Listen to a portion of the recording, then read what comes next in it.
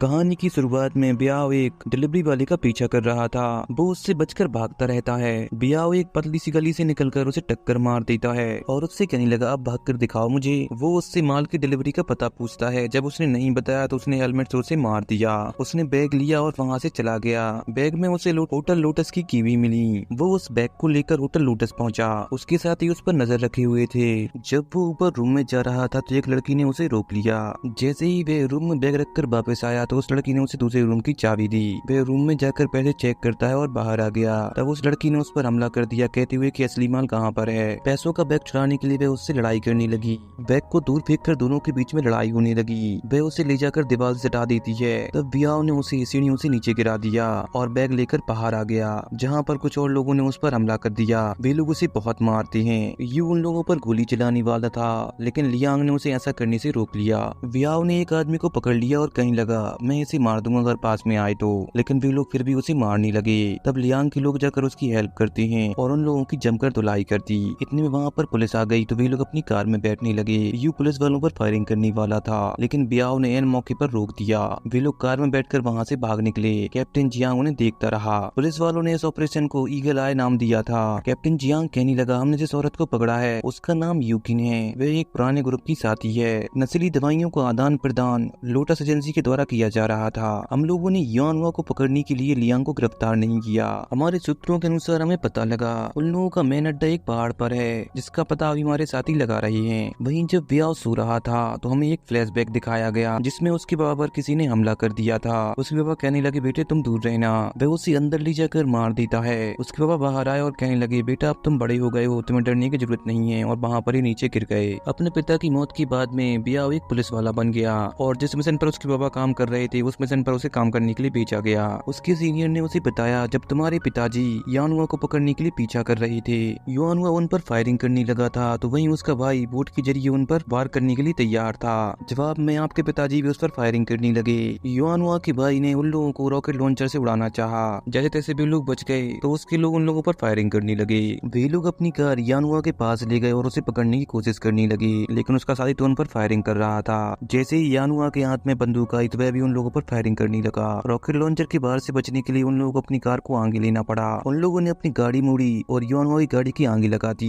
वे लोग अपनी गाड़ी को पीछे करते हुए उन पर फायरिंग कर रहे थे। आगे जाकर जियांगाई ने गाड़ी को मोड़ दिया और युआनहुआ की गाड़ी में टक्कर मार दी, जिससे वह नीचे गिर गई। लेकिन फिर भी युआनहुआ बचने में कामयाब रहा। इसलिए तुम्हारे पिता के मिशन को अब तुम्हें पूरा करना होगा। आगे यू बियाओ के पास गया और उसे मारते हुए उसका फोन निकाल लिया। कहने लगा कि तुम्हें लॉर्ड के पास चलना है। जब वो उसे अड्डे पर ले जा रहा था तो बियाओ को वहाँ पर मरी हुई मछलियों की गंध आ रही थी। यू जाते हुए बियाओ से कहने लगा, युआनहुआ यहाँ पर ही जंगलों में छिप जाता है। उसे पुलिस वालों से बड़ा ही डर लगता है। हम लोग एक दिन उसे हरा देंगे। तभी वहाँ से एक लड़की गुजरी। यू कहने लगा, उसे मत देखो, वह मेरी पत्नी है और लियांग की बेटी। युआनहुआ सबके सामने आया तो सारे जन नारे लगाने लगे।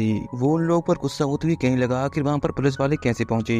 वो बियाओ के पास जाकर कहने लगा, हमारे बीच में कोई खबरी भी है। वह यू से कहता है, तुम्हारे अनुसार कौन हो सकता है। यू कहने लगा, मेरे अनुसार तो बियाओ ही वह खबरी है, क्योंकि उस दिन इसने मुझे पुलिस वालों को मारने नहीं दिया था। तब बियाओ कहने लगा, अगर मैं उस दिन तुम्हें ऐसा करने देता तो हम सारे लोग पकड़े जाते। उसने सारा इल्जाम यू के ऊपर लगा दिया। तब युआनहुआ ने उसे मार दिया। जब सुसु बियाओ के पास पहुंची तो वह उससे कहने लगा, तुम्हारे पिताजी तुमसे बहुत प्यार करती हैं। वो कहने लगी, ऐसा बिल्कुल नहीं है। बियाओ उससे कहने लगा, आप मुझे ड्रग डीलर तो नहीं लगती। सुसु ने कहा, मैं उन लोगों की तरह नहीं हूँ। इतने में वहाँ पर उसके पिताजी आ गए। वो कहने लगे, उस आदमी से दूर रहो, वो अच्छा नहीं है। मैं तुम्हारे लिए कोई अच्छा आदमी ढूंढूंगा। उधर लैब में युआनहुआ माल को पैक होते हुए देखता है। जियांग सभी को बता रहा है, सूत्रों के अनुसार यहाँ पर युआनहुआ का अड्डा है, जहाँ पर बड़ी मात्रा में नस्ली दवाइयों का लेन देन होने वाला है। लीबोची नाम का ड्रग डीलर इसे खरीदने वाला है। वे लोग मिलकर उन लोगों को पकड़ने की योजना बनाती हैं। युआनहुआ ने सारा माल गाड़ी में रखवा दिया और इस काम को करने के लिए वह बियाओ के पास गया। उसे फोन देते हुए कहने लगा, पुलिस वालों की नजर लियांग पर है, इसलिए ये काम तुम्हें करना होगा। उसने लियू से कहा, तुम सामान को अच्छे से छिपा कर रखना।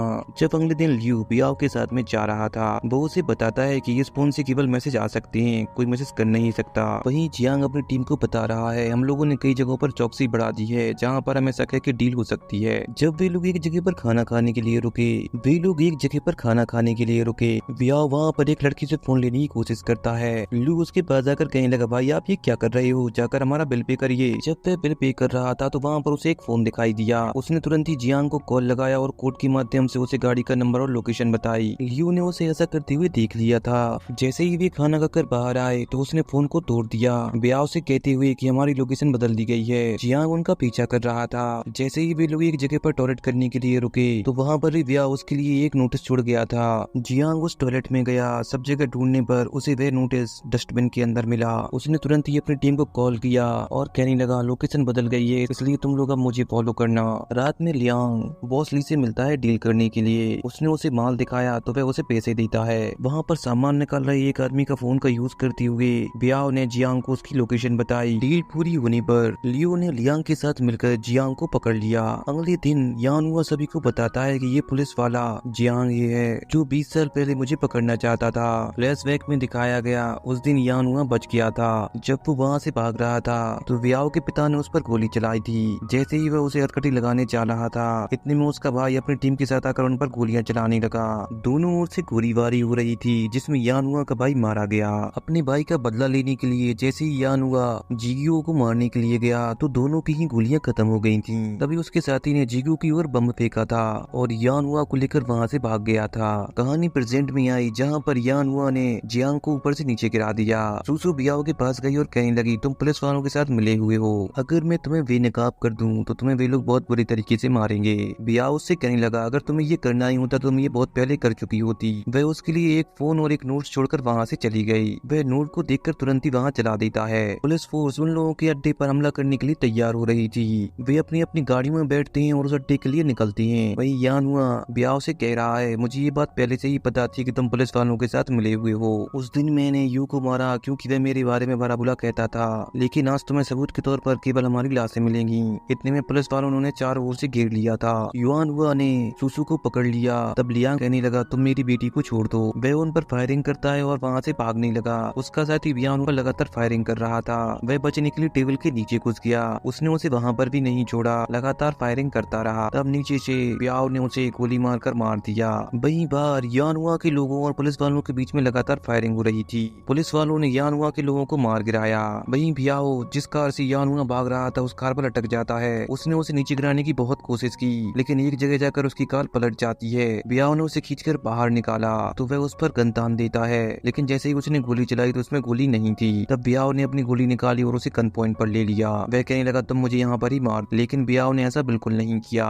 उसने सारी गोली हवा में ही चला दी। इतने में वहाँ पर पुलिस फोर्स आ गई। उसने उसको पुलिस वालों के हवाले कर दिया और वहाँ से जाने लगा। बाद में इस ऑपरेशन को पूरा करने के लिए उसे सम्मानित किया गया। इसी के साथ में ये फिल्म यहाँ पर ही खत्म हो जाती है।